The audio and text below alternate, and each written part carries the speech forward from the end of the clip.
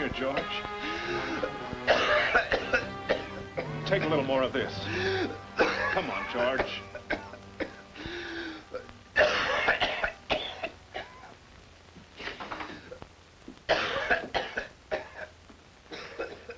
May I use the phone? Go right ahead. How is George? Worse. I'm calling the doctor again. I'm afraid. Why'd you call the doctor before? Hello?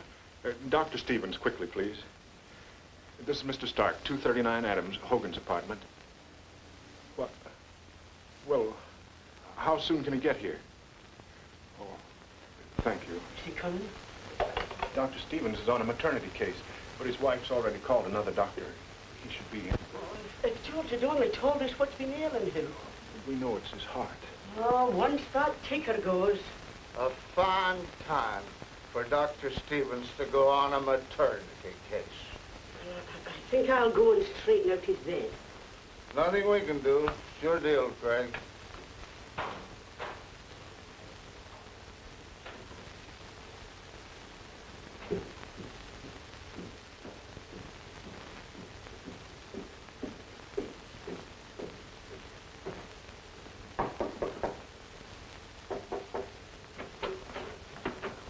Good evening. I'm Dr. Miles. I was sent by Dr. Stevens. Oh, hurry, Doctor. It's a good thing you're here. The poor thing's been suffering something terrible. This is Dr. Miles. How do you do? Dr. Miles. How do you feel? Where's the pain? He can't speak, sir. He's a mute. Oh, I'm sorry. I didn't know. Please wait outside. Father, forgive me. Forgive me. He spoke. He spoke. His pulse is very low. He spoke to her, Mom. Did I? Why, it's a miracle. I can't believe it. He did speak. He said, He's been rooming with us for over 10 years, and he always wrote his answers on that little blackboard. And now he talked. Mr. Stark, did you hear? Yes, he spoke, but it was no miracle. It wasn't, I heard him, didn't you, Mom? Clear as day. Father, forgive me, he said. Father, forgive me. George was not a mute. He just didn't speak. For years, he's never uttered a word. Why would a man do such a thing? I don't believe it. A man keeping his mouth shut for years? No. George's story was very strange, almost beyond belief. His real name was not George Turner. It all began in Hungary, many years ago, in the little province of Enraged, not far from Budapest. The Baron of this province owned most of the land there. But when he discovered there was oil on the property, he kept the discovery a secret. And he immediately began to negotiate through various pretenses for the purchase of all the neighboring farms. Good evening, Baron. Good evening, honey. Come over here. Cigarette? No, thank you. Thank you. Well, have a drink. Cognac, champagne. No, I don't drink, Baron. I don't. Well, honey, we have been neighbors for years. But yet, in reality, we are not. But why? This land of yours, honey. Those acres which are rented to these people. I don't want them near me. I hear you are selling the land to them, No, it's a good price they offer me. Honey, look, you have no agreements. Getting rid of them would mean all crops would belong to you. Oh, I'm not a farmer. The crops will be ruined. I'll help you. My men will bring it in. What? In fact, I might even buy your property if you still want to sell it. Baron, I didn't know. I didn't know you wanted my property. Why, you can have anything you want, anything. Very soon, but now you have to excuse me. My niece is waiting. Darinka! Come in, Darinka, and don't forget what I told you. Good evening. Good evening, good evening. Baron, it's about your buying part of my land. I heard you made the same deal with Horney. Yes, I'm acquiring several parcels of land. It has to wait until after election time, you understand. But we come to an agreement. Oh, yes, yes, Baron. The Baron met with no opposition to his deals, except for one. And although Horney wanted to sell his land to the Baron, he had it leased out at the time, and the tenants who'd been there for generations refused to move. Well, a short time later, an incident occurred in this province. A young girl mysteriously disappeared, and not being found, her case was put into the unsolved files. Well, the Baron called up one of his political lackeys, Budapest. And acting on the Baron's orders, this lackey took over and went to the local authorities. Yes, sir? State Attorney Stark? No. Mr. Stark isn't here just now. I'm his assistant. What can I do for you? How do you do? I'm Kuleman Balog, Special Investigator of Budapest. Here are my credentials. Oh, pleased to meet you. My name is Erno Miller. But our office has already made a report of the missing Anna Tomashi. That's exactly why I am here. You see, my very good friend Baron Araday has taken a personal interest in the question of why you gentlemen have been unable to find the murderer of this girl. You see, she happened to have been a maid for one of the Baron's neighbors. Murderer?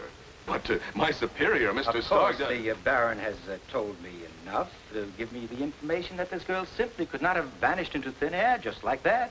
Well, you may have something there, Mr. Balog. Of course, I realize that you gentlemen from the provinces have a limited knowledge of criminal investigation. Mr. Balog, this is confidential. You see, I'm sort of handicapped by my superior's policies. He's a stickler. Facts, rules, abstract justice. But now that you're here, I'm sure I can be of great service to you. And would you please tell Baron Araday I am at his disposal? Splendid. We hope to call on your services. Now, I shall get a room at the inn. I want you to prepare an office for me. And please tell Mr. Stark that I have taken entire charge of the investigation. Balog's first orders were to arrest Horney's tenants. I want you to sign this confession right now. But, sir, there is nothing I could possibly confess. I haven't done a thing, not a thing. None of you has anything to confess. You all lie right into my face. You killed Anna Tomashi. Put them in chains, lock them up. But listen, just another word. Listen. Order. No one is allowed... At last, the trial against the tenants began. This case was brought to the attention of a brilliant lawyer and humanitarian who offered to defend the accused. This is the press, Mr. Nemish. Yes. All right, Mrs. Schwartz. Sneak in. But you must leave as soon as the judges come in.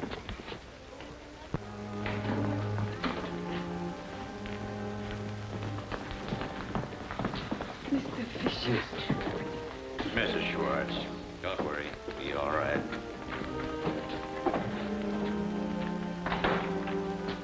Sharp. Sharp. I haven't seen my wife for 2 months. Please, officer.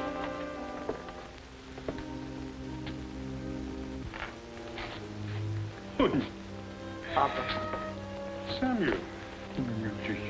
My boy. Now you must go. Everybody rise!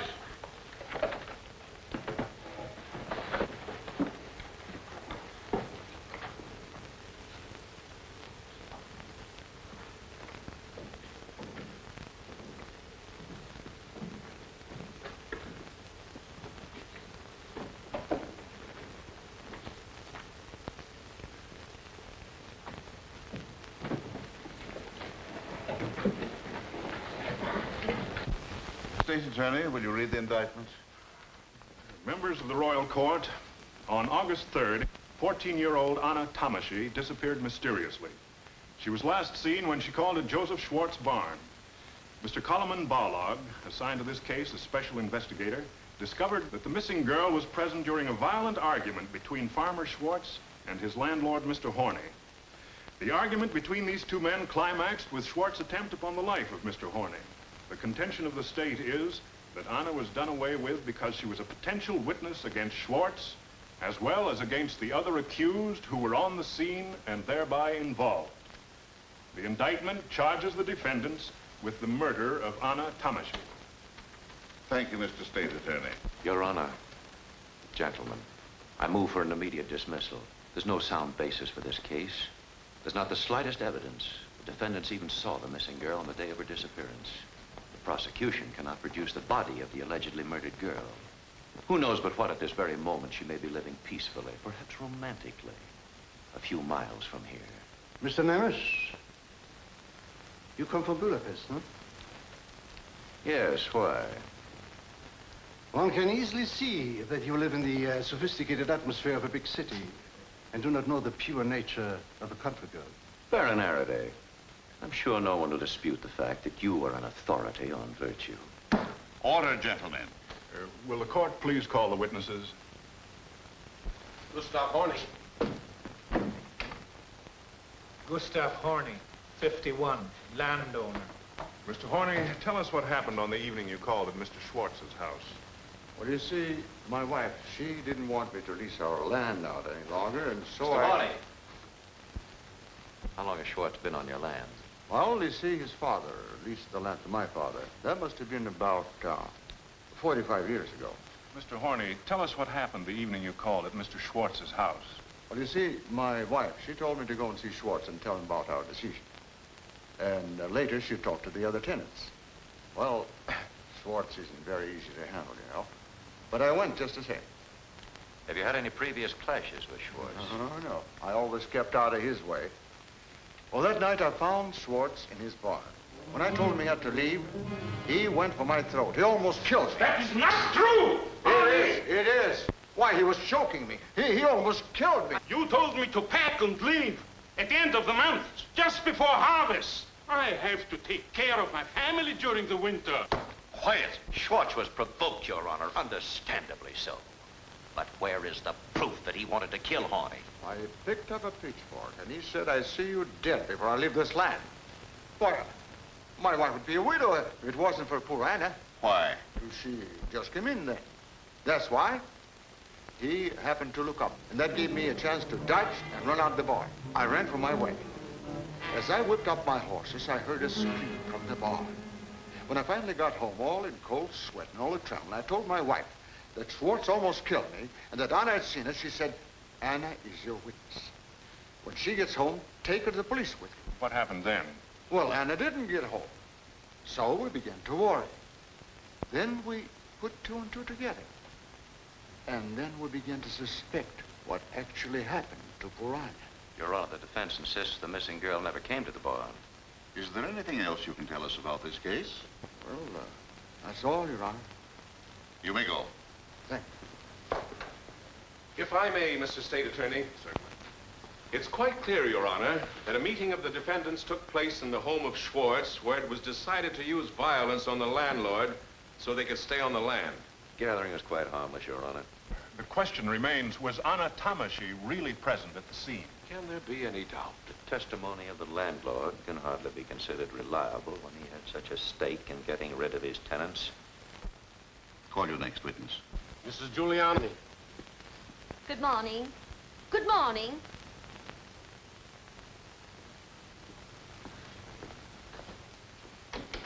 Good morning, Your Honors. You are Mrs. Juliana Horny? Tell us what you know about this case. Well, to start with, Anna was like a child to me. I quite forgot she was my servant. Were you actually related to the murdered? Missing. Please answer the question. My father, God rest his soul, married Anna's grandmother, God rest her soul.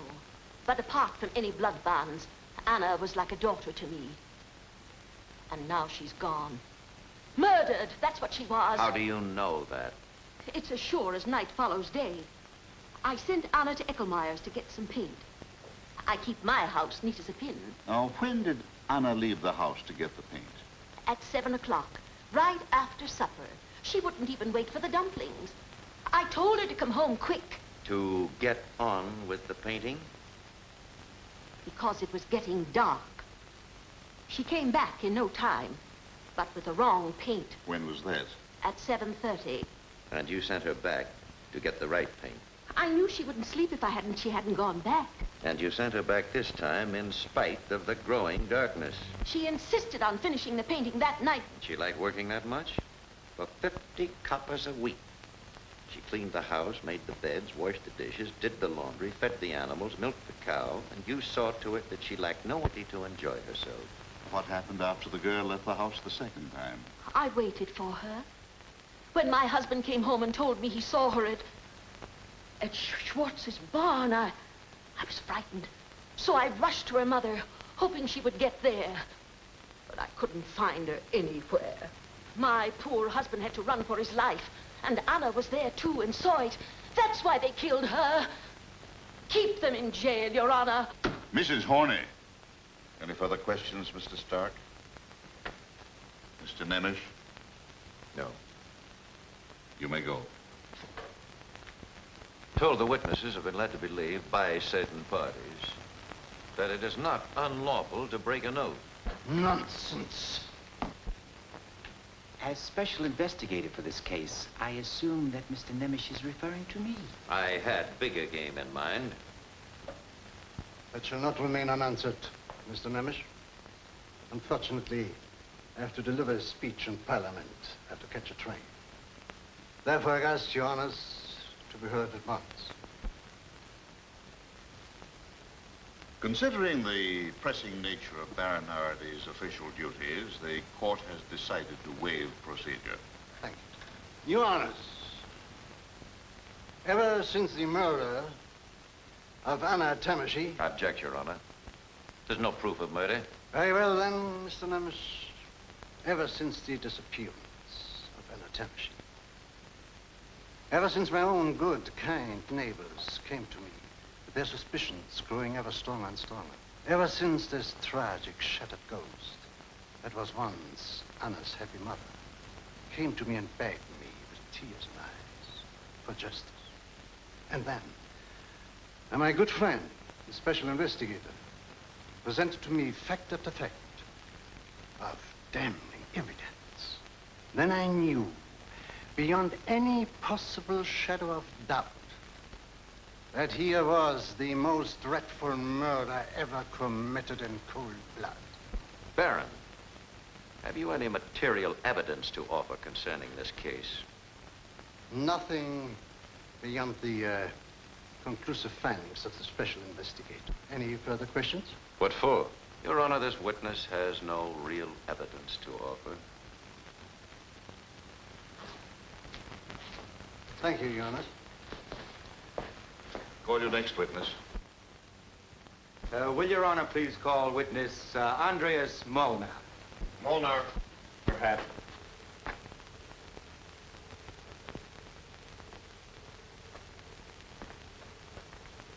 Andreas Molnar, age 52, labor on Baron Arady's estate. May I, Your Honor? Proceed, Mr. Investigator. Molnar, you had an unusual experience the night that Anna disappeared. Yes. Yes. Tell us in detail what you saw. I saw Anna dead with a big cut in her throat, right across here. Tell me, what exactly did you see? Those 5 men were digging. Digging? Where was this? In the backyard of Schwartz's house. I knew what they were digging from what I heard at the inn. What did you hear at the inn? What everybody else did. Mr. Horney come in and said, I bet my last copper those 5 men killed Anna in Schwartz's barn because she was a witness for me. And that makes you sure they were digging a grave for Anna? Yes. Didn't the prosecution investigate Molnar's story and dig up the body? Naturally, we investigated Molnar's story, and we found evidence of freshly dug earth behind the barn. But the defendants must have gotten wind that we were on their trail, so they dug up the body and buried it elsewhere. You admit you let these defendants get the best of you? Why, Mr. Bellow? Any further questions? No. No, Your Honor. Witness dismissed. Your Honor, I request that the missing girl's mother be called, Mrs. Maria Tamashi. Maria Tamashi.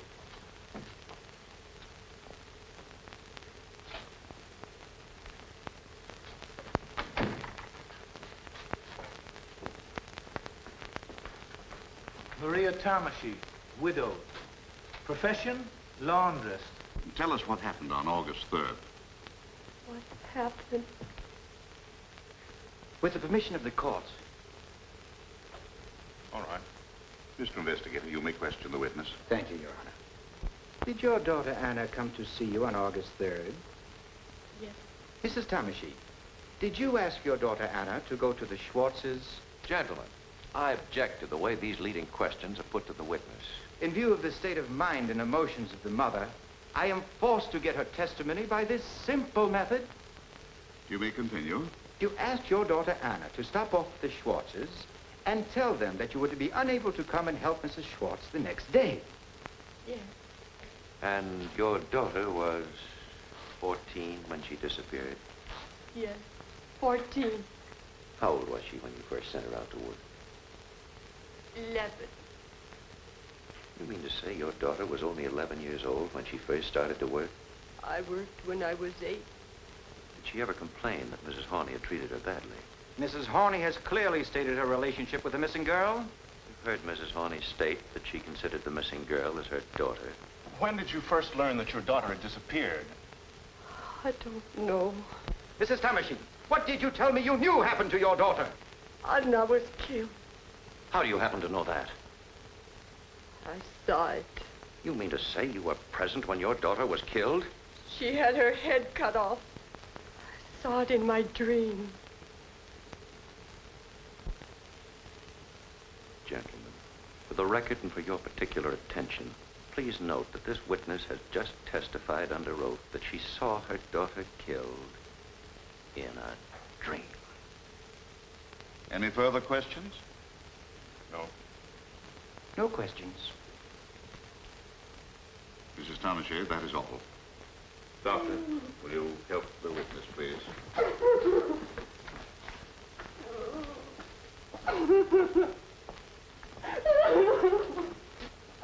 Call your next witness. Clara Thomasy.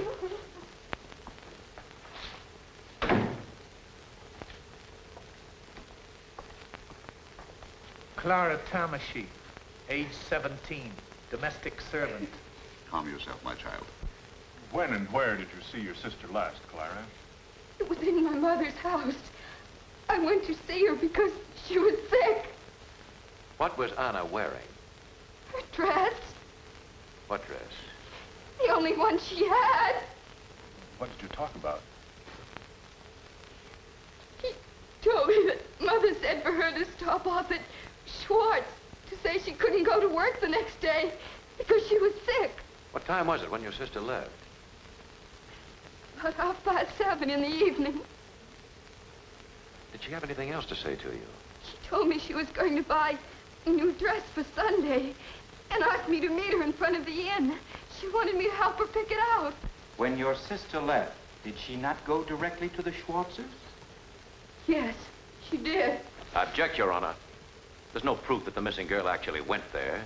Mr. Horney has testified that he has seen Anna at the Schwartzes. Her mother has stated that she sent her there, and this witness has verified that. How much proof does the defense require? Any questions? No questions. Gentlemen? No questions. None. That is all, my child. You may go. Call your next witness. Margaret Darosh.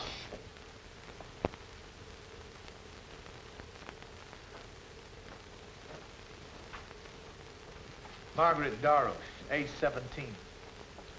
You are the daughter of Dr. Darosh? Yes, Your Honor. Miss Darosh, you do not live far from the Schwartzes. Not far. Tell us what you particularly noticed on the evening of August 3rd. I was about to close the shutters of my room when I heard a distant scream And where did that scream come from? from the direction of Schwartz's barn. What else did you notice? The scream was followed by a choked crying. Miss Darosh, couldn't it have been an animal? No, it was a girl. Do you have that, gentlemen? I want the records to show that Miss Margaret Darosh on the evening of August 3rd heard a girl crying, screaming, choking, and that these sounds came from the direction of the Schwartz farm. Just how far is Schwartz's barn from your home? About a 5-minute walk. It's too vague, Miss Darosh. Would you say it was half a mile?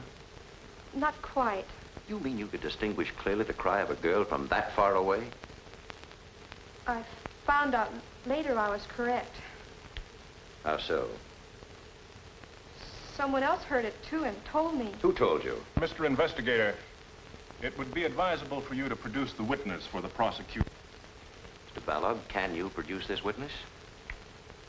I think I can produce the witness to confirm Miss Darosh's statement with the court's permission.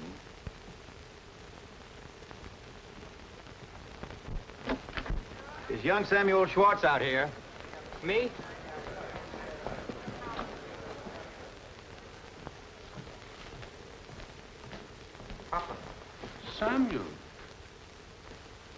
take off your hat. What is he doing here? You are the son of Joseph Schwartz. Yes. How old are you, Samuel? I was 14 on the 24th of June. Samuel, did you not tell Daroche that you heard a girl scream on August 3rd? No. No, I didn't. Is that your answer? Remember, you want the truth. I object, Your Honor. This boy has been questioned time and time again. His various testimonies are in the record. Very well, then. Miss Daroche, according to this young man's testimony, it is you who have lied. You're under oath and can be punished. Miss Margaret never lies. All I told her was that I saw Anna in the barn. Samuel, they're using this girl to trap you. Don't lie. My son is not lying. It's true. Anna did come to the barn while the landlord was there. Joseph! What are you saying? You never told us that. Why did you conceal that from your attorneys? Schwartz, did you commit this crime? I haven't committed any crime. As for the others, they didn't even see the girl. Here it is. This man has as good as confessed, but he is trying to cover up for the others. Schwartz, tell me here and now, why did you conceal the fact that Anna did come to the barn? I took one look at my sick wife, and I was afraid to see. Samuel, we now know that Anna was in the barn. Now, why not admit that you actually heard the girl scream, as Miss Daroche said? But I didn't hear it. If you did, I don't ever want to see you again. Well, Mr. Balog, you can't sway this boy to lie in spite of the pressure that's been brought to bear on him. His adolescence, and all your charms, Miss Daroche. Gentlemen.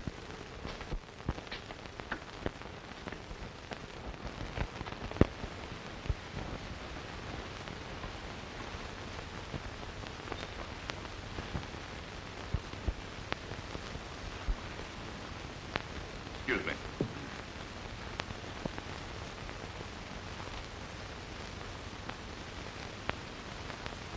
Gentlemen, this police sergeant reports the finding of a female corpse in the river, which may well have some connection with this case. What makes you think that this corpse has any connection with Anna Tamashi? It's the dress, sir. It answers the description we have in our police records. Besides, we have no report of any other girl missing hereabouts. Where is the body? Outside. We brought it in a cart. Your Honor, the mother of the missing girl is in the witness room. I request the court's permission to have her look at the body immediately for identification. Granted. Constable, would you conduct Miss Tamashi to the cart?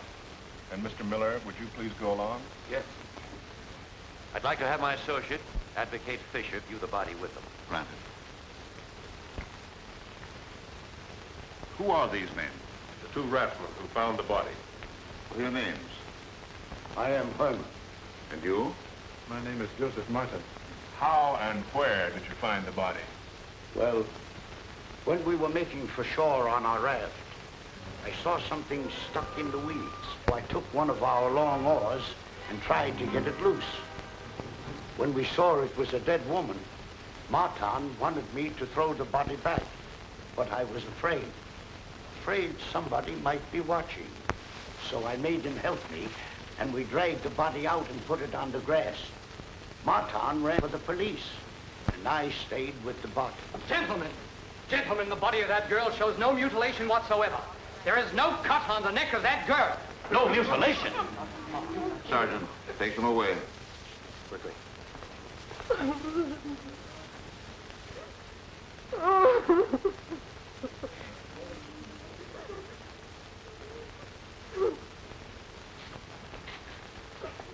Mrs. Tamashi, was that your daughter? Yes. My poor Anna, my child. It's her dress. It's her dress. Your Honor, the mother has positively identified the body as that of her missing daughter, Anna. It's been put on record that the murdered girl was killed with a cut across the throat. Precisely. Therefore, gentlemen, this cannot possibly be the corpse of the girl we are looking for. Isn't it possible, Mr. Balog, that your witness, Molnar, has lied? Your Honor, this mother's positive identification speaks for itself. Your Honor, Mrs. Tamashi is obviously demented. My superior, Mr. Sark, has formed his own conclusion. But the state could not accept her identification as positive. She's not of sound mind. This whole procedure must be stricken from the record. The body has been identified by a mother, and the dress... It's generally known that Mrs. Tomashy has accepted the sight and presence of any girl as that of her own daughter. It's understandable what she would have said when she saw the body of a girl clad in a dress like the one her murdered daughter wore.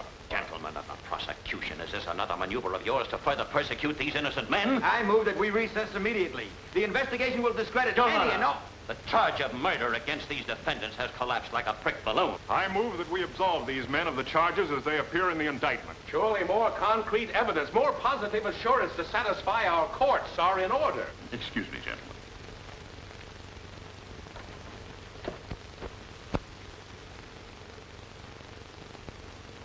A verdict rendered in haste would be rash and ill-considered. In view of the astonishing events and developments that we have witnessed, the court calls for time that both the defense and the prosecution might have an opportunity to confirm their respective contentions. Court adjourned.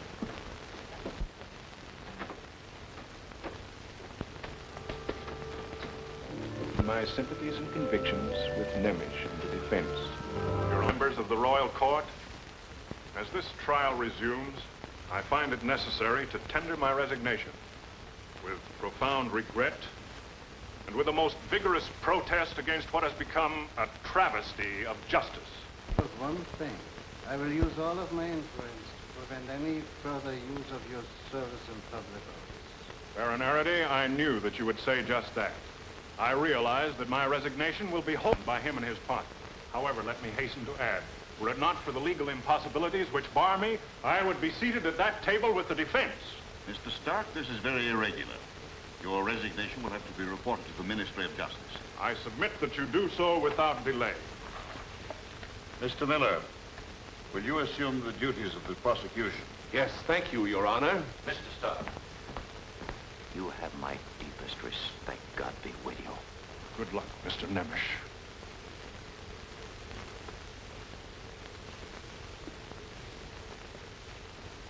Your Honor, more than a month has elapsed since the positive identification of Anna Tamashy's body by her mother. Our laws prescribe a quick execution of the guilty, not a slow killing of the innocent. Innocent? The defense is asking for the acquittal of these killers. I owe material. Your Honors, here is the evidence of an incredible conspiracy to thwart justice. The investigator has any new evidence. I demand that it be produced here in the flesh, not by means of these documents. I was trying to save Your Honor's time. However, we anticipated that counsel for the defense would prove obstinate. So we have our witnesses right here. May I suggest that we first call Dr. Darroch of Tanavar, general practitioner? If any new witnesses are to be called, I demand that we pick up where we left off. The defense would like to have Mrs. Maria Tamashy repeat her last statement. I would like you to decide for yourself, Mr. Nemish, if you wish to have her called. In fact, that's why we're calling on Dr. Darroch. Call Dr. Darroch. Good afternoon, Your Honors. Dr. Darroch, you are the only resident physician of Tanavar, and I assume your practice embraces the entire community. It does. Tell us what happened to Mrs. Tamashy. She is suffering from delusions and is thoroughly incompetent. She is now confined to a mental institution, which I recommended. Just when did you find her to be mentally ill? Since the very day her daughter Obvious, Your Honor, only too obvious. But this woman was declared to be insane the moment she made the most damaging statement to the prosecution, when she identified the body as that of her missing daughter. No one could identify that body. It had been decomposed. It must have been in the water at least 6 or 7 months. Not only did the mother identify her daughter, but the dress of Anna as well. Oh, yes, the dress. I am prepared for that, too. But now, can anyone doubt the integrity of our esteemed physician? Just how does the doctor justify his opinion? I wish to add that Anna was only 14 years old, while the body was unquestionably that of a girl 18 years old. There are certain anatomical facts that do not melt away in water, Mr. Nagel. With all due respect for Dr. Darroch as a general practitioner, I question whether he's qualified to voice such a definite opinion. May I call County Physician Dr. Georges Samash for corroboration? Dr. Samash. Good afternoon, Your Honor. Dr. Darroch. Dr. Samash, your colleague has stated that the corpse which was found in the Tarnavar River was not that of Anna Tamashy. Do you share his opinion? I do. Doctor, Did you know the missing anatomically? Not personally. You never saw her, and yet you say this body cannot be hers. I know my medicine as well as you know your law. There is no question that the dead girl had ever done any hard physical work. Furthermore, I should judge the corpse to be that of a woman in her 20s, fully matured. Your colleague has just told us the body was that of an 18-year-old girl. If my colleague estimates 20 years, I naturally bow to his superior knowledge. When a corpse has been in the water for 3 or 4 months, it's really quite difficult to establish the exact age. The anatomical... You gentlemen don't agree here either. I want to emphasize that Dr. Samosh has stated that the body was that of a person belonging to the better classes, and that, in his opinion, the body was also that of a mature woman. Pick the best from each witness and discard the contradictions. A very convenient method. Differences? How can a mother's sure knowledge be dismissed by any professional assumption? Any further questions? No, no questions. Thank you, gentlemen. Now I see what has taken place during this adjournment. But, gentlemen, the bodies of young ladies don't float up and down the river. Whose body is it, if not Anatomic's?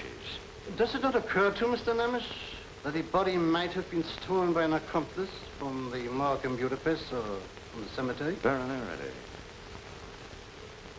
Your personal interest in this case needs to be exposed.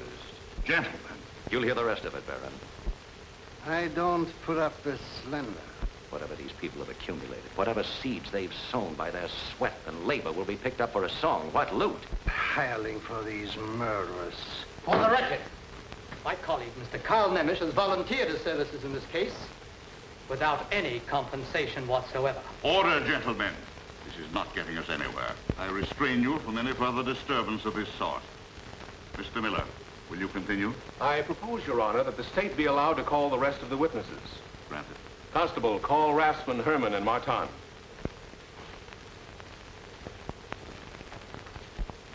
What is the charge against these men? Accomplices in the crime. They too. Will you please tell the court the events that led up to your arrest? I confess to the investigator. You want your confession to be read? Yes. One evening, during the middle of June of this year, I don't remember the date exactly, a woman dressed in brown and carrying a small parcel under her arm offered to give us 100 gulden if we would carry out her instructions. She pointed to some bushes on the other side of the river and said that we would find a female corpse hidden under a blanket. In the parcel were some torn clothes, which we were to put on the girl. We were to tie the body under our raft where nobody could see it, float it downstream as far as Otarnavar, and then pretend we had just found it in the river. Your Honor, are we expected to believe this nightmare? This work of fiction? Just who is this woman in brown? What's her name? You took the clothes from the woman in brown and dressed the strange corpse, and then went to the place she told you to and acted as if you just found the body? The defense wants proof. Can you produce this witness, Mr. Barlow? No, unfortunately, we have been unable to produce the woman in brown. Apparently she's the only one you've overlooked. Your Honor, have I your permission to examine those records? Thank you. Herman, just how often did Mr. Balog cross-examine you during your imprisonment? Answer the question. I don't remember. Once a week? Every day? Sunday, too? Did he wake you up at night? To drag these lines out of you, he... I protest against this continuous attack on an official carrying out his duty. Baron Araday, please. Has the counsel for the defense any proof that these confessions were obtained from the witnesses by force? Unfortunately, no, Your Honor. Until this woman can be produced here in court, I demand in the interest of justice that this case be adjourned. I cannot favor any further loss of time in this trial. Will the investigator use every means in his power to bring this woman into court? Certainly, Your Honor. The court will proceed with the evidence. Any further questions? No questions. No questions. Take them away.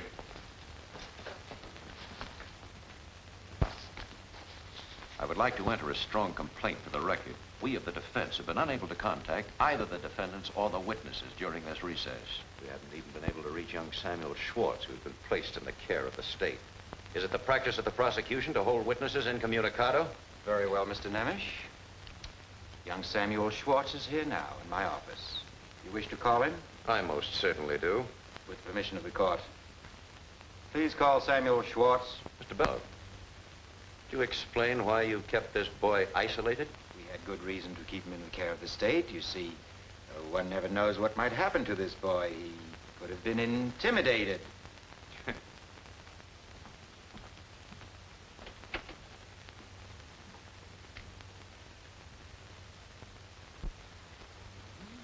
Look at my boy. Your Honor, Samuel Schwartz is here in the capacity of a witness for the state. The court must warn Samuel that the law cannot force him to testify against his father. Oh, there's no need for that, Your Honor. You have before you his sworn statement, which the prosecution would like to have read. Mr. Investigator, will you read this statement, please? This is the sworn statement of Samuel Schwartz as given to me, and I quote, "On the evening of August 3rd, just before 8 o'clock, I saw Anna Tomashi enter my father's barn. Our landlord, Mr. Horney, and my father had a heated argument. My father ran after him with a pitchfork. I heard Anna's voice saying, 'Schwartz will kill him. Call the police.' Then I heard a commotion. I looked through the keyhole. There was only one lantern lit inside the barn, so I could not distinguish who said, 'She's a witness for the landlord. We will all be in trouble.' I could see another one take this sickle. He cornered Anna and cut her throat, and I saw the blood flow down her neck. She was dead." Son, did you say that? Samuel, you will repeat here now. Papa wasn't there when the girl was killed. That is correct. You testified that your father was outside chasing Mr. Horney while the others committed the murder. Your Honor, I will prepare a motion to remove Schwartz's name from the indictment for murder. However, we will detain him temporarily for complicity in the crime. With the court's permission, I'd like to question the witness. Granted.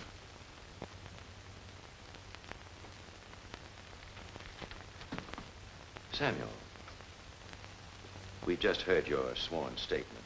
First, let me say you look quite different now. You're not the same boy who was here before. You've changed.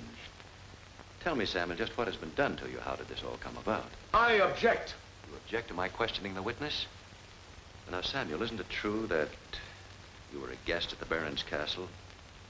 You and Miss Darash were escorted there by Mr. Ballog? Nothing wrong with being nice to a poor boy. As you left there, was in these fine new clothes you're wearing now? I didn't get them there. The tailor came to me. And the barber, too.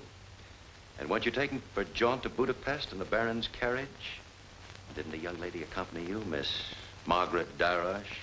The defense seems to have a great deal of information, although it claims to have been denied access to this young man. This is one time the defense has taken the liberty of putting two and two together. And as for this record, there it is, gentlemen, just a blank piece of paper.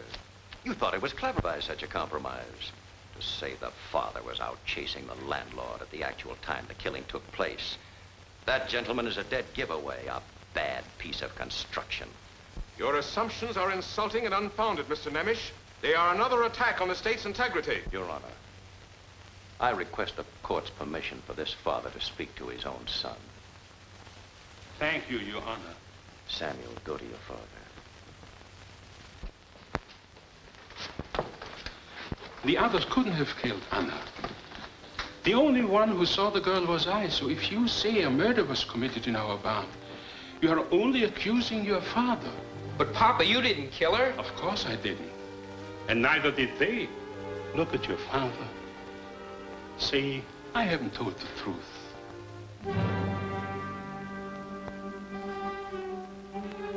Go.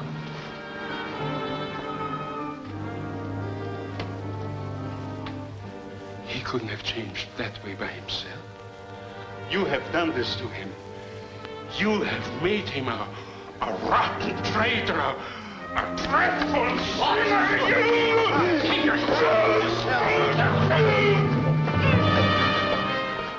His man is insane.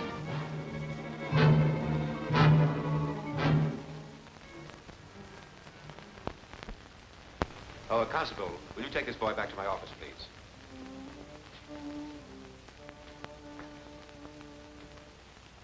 Your Honor, we of the defense could not have anticipated the unprincipled tactics of the prosecution. Consequently, we've been forced to improvise our defense from moment to moment. This case has become both tragic and ridiculous. The only hope of helping the accused was to discredit the testimony of every witness called by Balog. Professor Barr from the University of Budapest readily agreed to testify. Here, gentlemen, is the River Tanava. You will observe the winding course of the river down to the old village of Otanava. Here is the town of Tanava. Considering the current, the time of the year, the whirlpools, and other handicaps, I would estimate that the corpse needed 4 to 6 weeks to cover this stretch.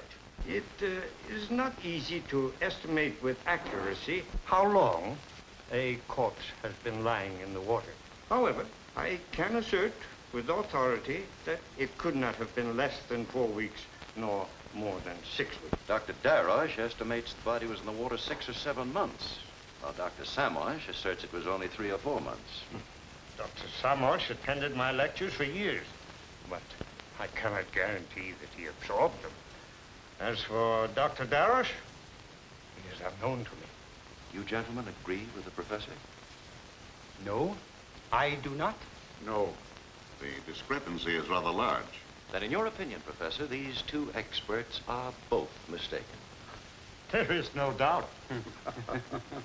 You may laugh, gentlemen, but that does not conceal your professional blunders.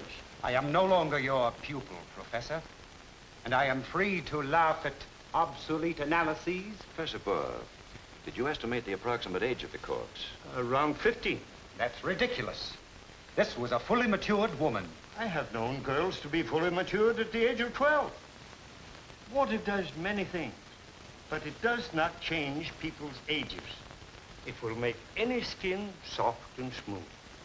Even the calloused feet of a girl who went barefoot all her life. Then there's no proof as to what class this girl belonged to. Professor Burr, you studied the sworn statements of the 2 raftsmen. What is your opinion of their testimony? It is improbable that they could have transported the body, as they say, without attracting the attention of other raftsmen. A body in such a state of decomposition would have slowly spread a very strong odor. Professor Barr, you are employed at the University of Budapest? I am. Lately, your appearances in court have been largely on behalf of an insurance company, the Hungarian Alliance. Insurance companies frequently need expert medical analyses. I wish to point out to the court that the president of the Hungarian Alliance has been very much interested in this case. Is it not too obvious that has nothing to do with my opinion as an expert? Oh, no, of course not, Professor. Nothing whatsoever. Your Honor, this is shameful. One of our country's foremost scientists subjected to this slander. Do not disturb yourself, Mr. Nemish. These gentlemen are not in a position to change my views or to affect my personal integrity. Have the medical experts any further statements they would care to make? None. None. In view of the circumstances, none. Thank you, Professor Burr. And I'm very sorry. Your Honors, these contradictions mean nothing. According to 2 eyewitnesses, Samuel Schwartz and Molnar, Anna Tomashi was killed with a sickle. Her throat was cut. Mr. Prosecutor, it's exactly what we intend to disprove. Therefore, I demand the state produce this woman in brown. Unfortunately, we have been unable to find the woman in brown. Either this witness is in hiding or has mysteriously vanished. If the mysterious woman were produced, she would only serve to reinforce the case for us, the prosecution. So why delay any longer? Your Honor, since the state has failed to produce this witness, I promise to bring her here.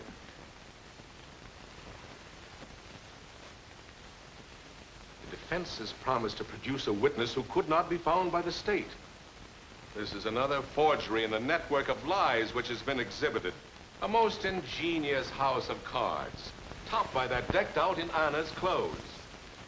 this so-called medical expert coming down from the capital city, trying to throw the dust of his pretended learning in your eyes. While on the other hand, the state has offered many witnesses to testify in an unpretentious way, as simple, well-meaning people do. Mr. Prosecutor, I must interrupt, and I request the court's attention. We have here a new witness who awaits immediate examination. You are too late, Mr. Nemish. This case is not closed, Mr. Prosecutor. Your Honor, it's important this woman be heard at once. I insist that... You insist? I shall be forced to resign, Your Honor, together with my colleague with the defense at this last hour if our motion is rejected. Let them resign. The court does not wish to deprive the defendants of the benefit of counsel. Bring the witness in, Mr. Fisher.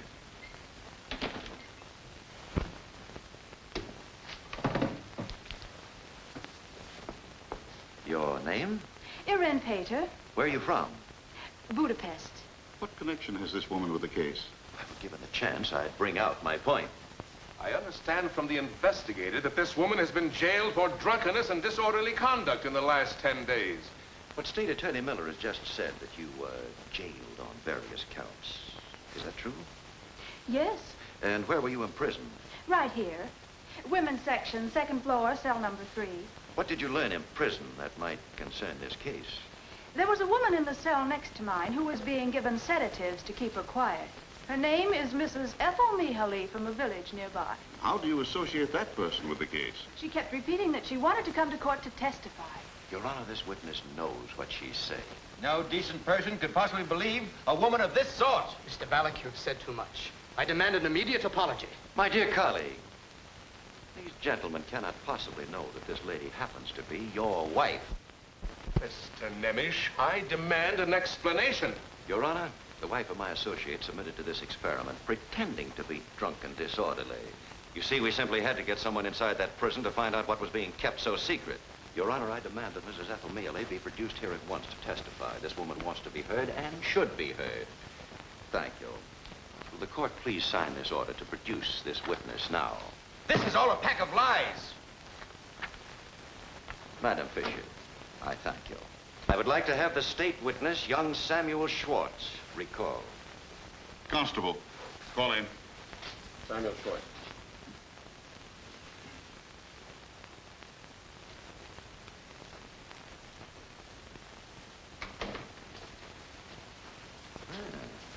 Samuel, on December 5th, you described in detail the actual murder of Anna Tamashi. I want to ask you just one question, and I don't want anyone to answer it for you.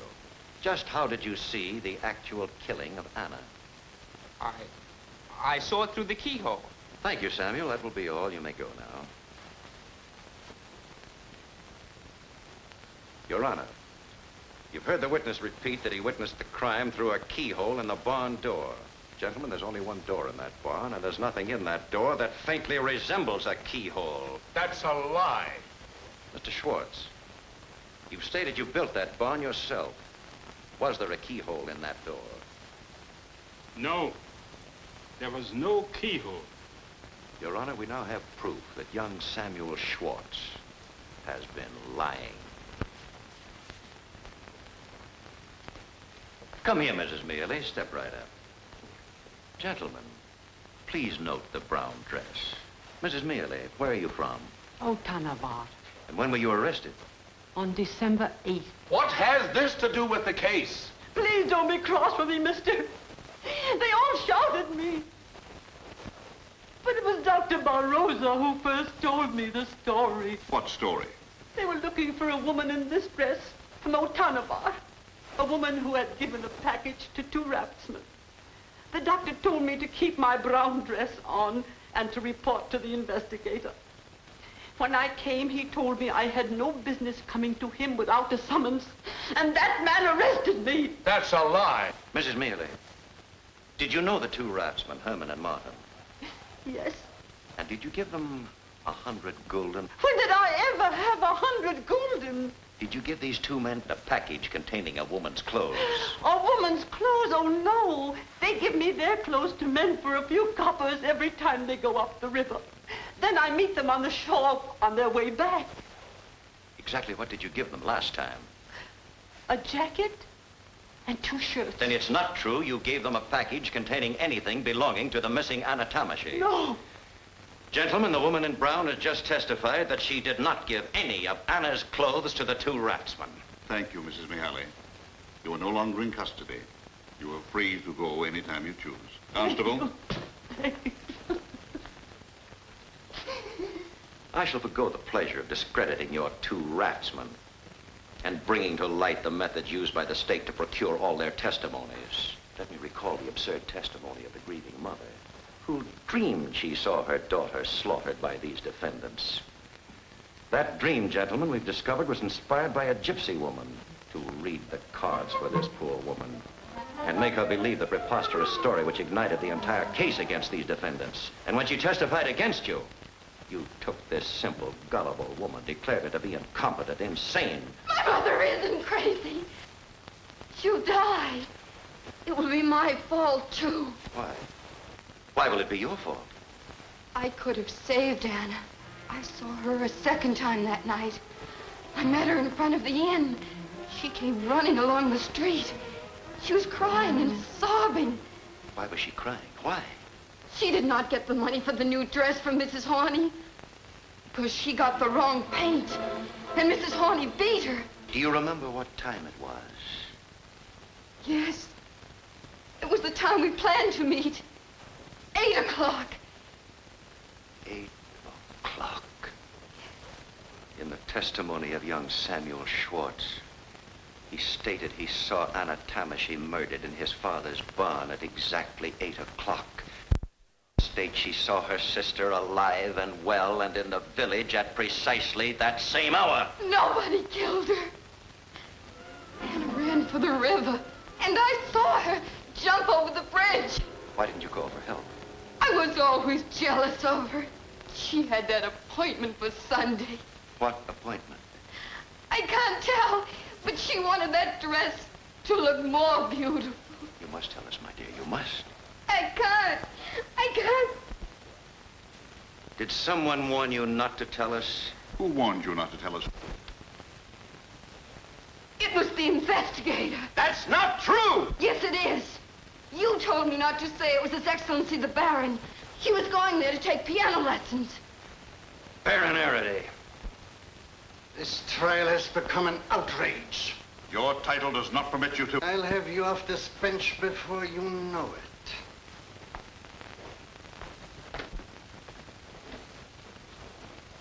You 2 gentlemen stay here. Thank you, my dear. You may go. Mr. Nemish, do you wish to sum up for the defense? Yes, thank you. There are people living among us today who seem to belong in the Dark Ages. Men whose ambition to rise in the world is so great they'll shirk at nothing. They'll forge testimonies, torture witnesses to perjury. They'll connive, lie, practice deceit even in its foulest form. Here the greatest sin of all was committed. The youth of 14 who falsely accused his own people of a gruesome murder and gave it every appearance of truth. A bewildered child betrayed into thinking he was saving his father. This trial began against 5 innocent men. It should end with the arrest of those who hatched this plot. I shall not ask the court for the acquittal of these defendants, for to do so would be to insult your honors. But gentlemen, this much I must say. Nothing you can do for them now would compensate or console them for the miseries and horrors they've been subjected to. That is all.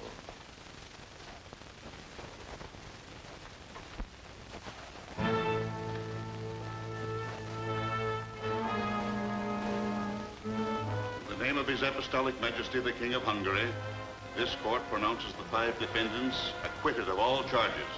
The case against them dismissed. They're free to leave at any time. Court adjourned.